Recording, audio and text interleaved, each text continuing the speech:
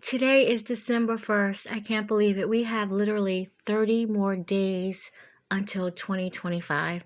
And I really am excited about it. I'm hoping for a whole new year for myself. Different things. I'm trying to do a whole bunch of different things this year. The past, 3+ years, actually longer. Actually longer. They've been just pretty much mundane and like the same thing. So I'm trying to, get out there a little bit more and do other things for next year. And I'm really excited about that. People that have followed me from day one knows that I started to do this to get myself out of a funk, if you will, out of a depression that, I was going through with deaths of many people in my family, including my dad, who I had taken care of to the very end. And I started my videos and I was so proud of myself because from my first video that I did about Christopher Barrows to my last video that I did, I improved. I improved so much. And somebody who can't even use their phone hardly, I pat myself on the back because I think that I know. I know that I did a really good job, and I'm so grateful for people that tell me that I'm underrated and I should have more subscribers and all that. So trust and believe. I'm really thankful, and it's been less BS on here from people that I see on other content creator stuff, and I'm just really thankful that I've done what I've did on this channel so far. So what I'm asking is to make sure that you guys have liked and subscribed and leave comments when you can. I do answer them all. So leave comments when you can and just like the videos to just try to get it into the algorithm so that more people will know that there's somebody else on here that's creating content. I try to talk about stuff that a lot of people really don't talk about, and sometimes I do talk about, you know, um, things that are being talked about. So if you like my opinion, the way I present my videos, again, like and subscribe. I'm gonna put a spin on it. I'm trying to get 2025. That's how many I want. And I'm trying to get it by the end of this month. It's not hard. It's not a lot to ask for. Just make sure you are subscribed to the channel, and that way I know that you really are interested in looking at my videos. And I will check to make sure that there are 2025, and I will continue with doing my videos for next year. I would actually like to. So let's get on to the video that we are here to discuss today. This is out of Morenci, Michigan. Tanya Zuvers and John Skelton, they were going through a very messy divorce and a custody battle of their 3 sons. I believe that Tanya did have sole custody, but Skelton was allowed the holidays, and the holiday that was coming up was Thanksgiving. So Tanya would, unfortunately have to let her 3 sons go to share Thanksgiving with their father. Andrew, 9, Alexander, 7, and Tanner, 5 years old. On November 26, 2010, Tanya was scheduled to pick the boys up. However, Skelton was not answering the door. Tanya called the police, and when they arrived, they were able to enter the home. The house was destroyed. Skelton was not there, nor were the boys.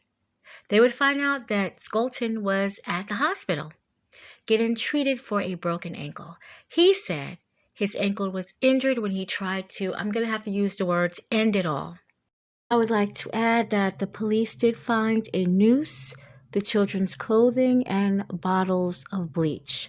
Lots of bottles of bleach inside Skelton's home. You guys know I can't use that S word on here because the video will get flagged. So he tried to end it all, and he injured his ankle. However, his story would change several times of where the boys were. Now, police had tracked his phone, and they had seen that he had traveled 25 miles southwest into Holiday City, Ohio. Then he returned back to Montmorency, Michigan. What did he do there? Now, there were searches there where they checked ponds and the woods and everything to try to find if the boys were located in these areas, because they really at this point was thinking that the boys were deceased, but nothing showed. An Amber Alert was issued for the 3 boys. Now, Skelton was now saying that the boys were with friends. A woman by the name of Joanne Taylor. I don't know if this is the same woman that he said he helped fix her car on the side of the road and gave his children to her. Another claim that he had, but this information didn't check out, and I don't even think that Joanne Taylor is a real person. He also spoke about Tanya's past, and she is a registered sex offender, and in 1998 she may have been in her mid to late 20s, I'm gathering, and in the articles it said that she had sex with a 14-year-old boy. They didn't say SA, they just said sex with a 14-year-old boy. So Skelton was claiming now that Tanya was abusing his boys, a claim that she denies. And I personally think at this point, Skelton was just trying to use any and everything he could to, make Tanya look crazy and to try to get custody of these children and make the situation that whatever he did to these children makes him look like some kind of honorable man, when in fact he is not. He then said he had given the boys to an underground group, again, to keep them safe from Tanya. Now, before I continue, everyone that follows me know I go into Texas to get to Atlanta. So I use this story a lot where Amy and Jane Pitzen, they were going through a custody battle as well over Timmothy Pitzen, and he was then 6 years old. Amy had taken him out of school in Aurora, and the surveillance would show them at a motel in Rockford, Illinois. Now, Timothy and his mom had 3 days of fun at amusement parks, water parks, everything.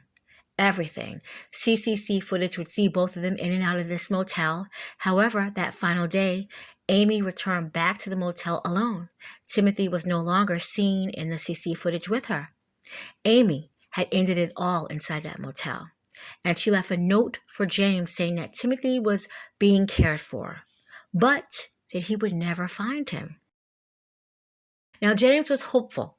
He was thinking that when Timothy got of a certain age that he would try to find his father. Now, several people did pretend that they was this missing child. I personally remember one particular one that there was a DNA test done for, and this was not Timothy. It was just another imposter. And I do think he did receive jail time. I can't remember if it was related to him, being an imposter of Timothy or something else. But anyway, a lot of nutcases were saying that they were this boy. So it's been 14 years, and Timothy now would be 21, 22 years old, and then there was talk back then that Timothy was given to the Amish. I think that people mention the Amish a lot because they claim, not to be up in the world news or anything with the technology, the cell phones, all that. And it would be hard for people to just outright contact them because, they're Amish and they live a certain way. But I think that a selected few people, they have cell phones and they do know what's going on, in the world. I do. And Timothy has not been found to date, and he's not with the Amish. Another sad situation in San Antonio, Christmas Eve 2009. Elizabeth Johnson and Logan McQuarrie, their relationship was not working out. Elizabeth claimed she'd given her 8-month-old son to a couple in San Antonio. They were going to give Gabriel a new life. Now, for years, Logan McQuarrie has been looking for his son, who would be 14, 15 years old now. Elizabeth was arrested, and she would ask the judge to sentence her to the fullest extent for allegedly giving away her child. and the judge gives her 5 years. I do plan to look more into that story on a later date. But these are just two situations where parents feel that these children that they bring into this world are property and not little humans. And that if they don't get their way in their relationship, their present relationship with this, the child's other half, that they can do whatever they want to it. And that's just horrible. Amy Pitzen, she's dead. And she's taken her secret to the grave. And she has left James Pitzen tortured, mentally tortured. He doesn't know where his child is. If they would have said, okay, Amy was in one bed, she had ended it, and Timothy was in the next bed, and she'd ended his life. Then James would have been heartbroken, but 14 years later, he would still think about his son, I'm sure, but he'd be remarried, have more kids, and he would have some type of life. He just knows that this cruel woman, killed their child. But this way, it's the torture, because you don't know if your child is dead or alive, if your child's being hurt, if your child's going to knock on your door at any minute. You just don't know. That's the torture. Amy knew exactly what she was doing. Elizabeth Johnson, who conveniently keeps changing her name, is a free woman now. But where's Gabriel? Where's Gabriel? So you see what I'm saying? It's that torture where we don't know where these people are, and they have grown up, and we don't even know what they look like anymore. So it's a horrible situation to be in, on the other hand of the stick, if you don't know where your babies are.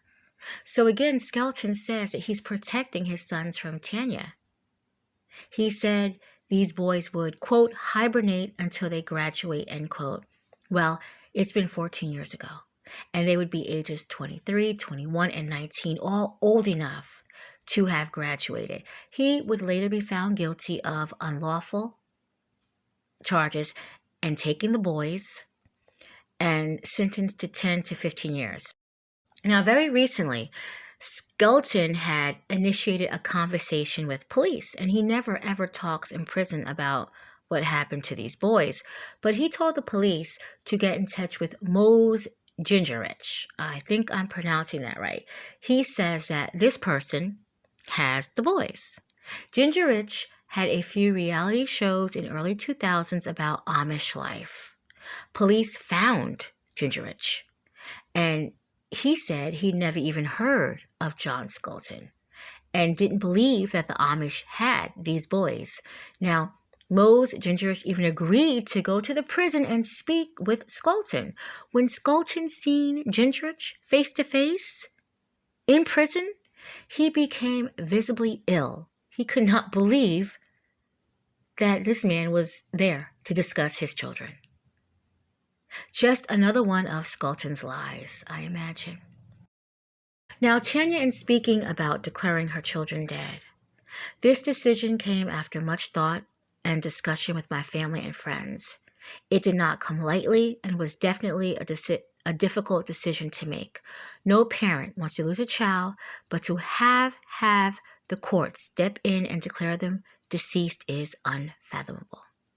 At the end of the day, one person is responsible for my son's disappearance. She even spoke about the fact that Skelton said that they were going to hibernate until they graduate. And as of June 14th, 2024, they have all turned 18 years and older and still have not returned to their mother. So a hearing is scheduled in court December 11th and 13th and December 16th, 2024 of this month. John Skelton is scheduled to be released November 29, 2025 of next year. And to date, no clue as to where Andrew, Alexander, or Tanner could be. And here is an age progression photo of the children, but they have not been found. So this is what I'm saying, a horrible situation where you have people that if the relationship doesn't go good, again, they think that these children are their property. And it's awful. It's awful that James Pitzen and Logan McClure and Tanya Zevers have to go through this daily. You know, one minute, one day, you're like, my baby could still be out there. And they might come. They just might. And the next day, no, my baby's not here. That monster did something to my child or my children. And you just don't know. That's the torture. That is the torture here. And Amy Pitzen and Elizabeth Johnson, and most definitely John Skelton, they knew exactly what they did when they did it.